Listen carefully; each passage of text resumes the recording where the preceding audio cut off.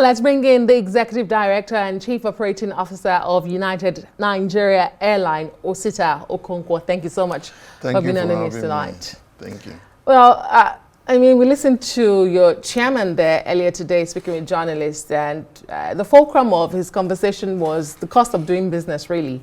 And he's calling for a single-digit loan by the government. So this is not a bailout you are seeking. Not at you are asking for a more friendly loan. But speak to us about this. How practical is this? And how much of a change will it really bring to the industry? Huge change, you know. Whether it's practical, I think it is. Okay. It takes the will of government to do that. It's not the first time it has been done. It's even existing already through a number of channels, the Bank of Industry. What we are just asking is that one is created and dedicated to aviation. Again, it takes the will of government as the government makes efforts to reduce inflation, bring down interest rate generally for the whole economy. I think this will be an important intervention, give a breathing space and allow airlines to begin to make the huge capital investments that are needed. Okay, you said this is already existing through the Bank of Industry. So why are you not accessing such facilities? We do, but you know, Bank of Industry is for everybody. Yes. And the demand outweighs the supply. Yes. So it's just a question of doing more and doing something different for the aviation industry, given the huge capital that is needed. Great. But there are those who will ask, I mean, when you now have such an attractive loan in place, some wonder, wouldn't there be the tendency to then have unsustainable debt by the operators because then you seek more loans and get more loans and then don't meet your obligations? If you are paying single-digit interest, you know, why will you default? Already you have solved half of the problem. First access, second cost. Then I don't see why somebody who has 9%, 8% will default. Currently rates are in the region of 25 to 30%. In fact, that is an invitation to default. So basically it's helping. It's definitely will increase the credibility, the liquidity available to airlines to operate better and to make the required capital investment in aircraft, infrastructure, and staff training. Let's talk about sustainability. I mean, this is a plea to the government.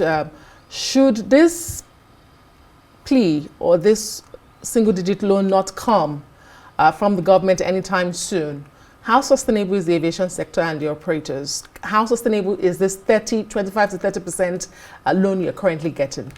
Are we likely to see a failed sector anytime soon? Should this continue? Not at all, not at all. It's just that it may delay certain investments. It may delay certain growth projections. But the airlines have been very resilient, very determined, very viable, even with the current situation. Imagine what it will be when things get much better.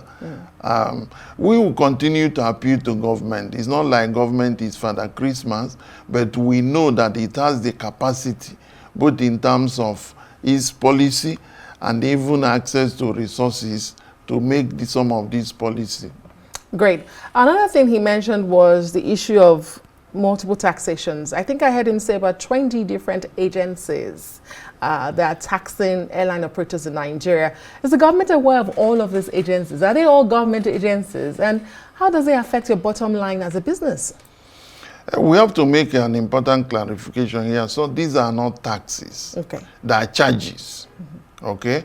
And very few are, maybe one or two may be classified as taxes, but most of them are charges. And they go mostly to government agencies. So our assumption is that government is aware of them, whether it is FAN, whether it's NEMA, whether it's NCAA, they all know about it. And some of them are indirect because they are on fuel suppliers who will eventually pass it on to the operators, or ground handlers who eventually pass it on to operators, and then finally to the passengers. So definitely government is aware of them. Is this is this the sole reason Nigerians are having to fly more expensive these days? Because at some point, airline operators were complaining about the scarcity of Jet A1, the expensive Jet A1 they have to get, maintenance fee and all of that. But now I hear these charges and a few taxes. Why are the flying public having to pay so much more? I mean, you're praising the government Forex policy, so now you're accessing Forex easier. There's no scarcity of Jet A1. Perhaps it's not as expensive as it used to be, because we don't hear you complain about that. But why are we paying so much more to fly? Very, very positive developments, and we recognize the efforts of government. We thank them. But as Oliver Swiss, we always want more. All because of the traveling public. It's not like they're paying more. If you look at it... Well, we are paying more. I mean, by this time last year, 2 years ago, we're not paying as much. Yeah, in dollar terms, you are paying less today. Remember the exchange rate then, 2 years, but now you are paying less.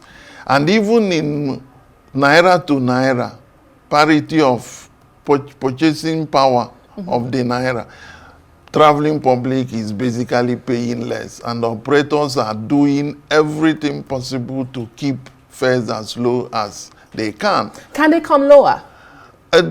Fares are already very low, depending on at this current rate. Yes, they already. You can travel to Abuja for less than 95,000, 90,000. I think the important point we have to make here to the traveling public is to know when to buy, how to buy. Airlines have all manners of packages, family and friends, discount, this, that. You just need to take advantage of them. Buy in good time.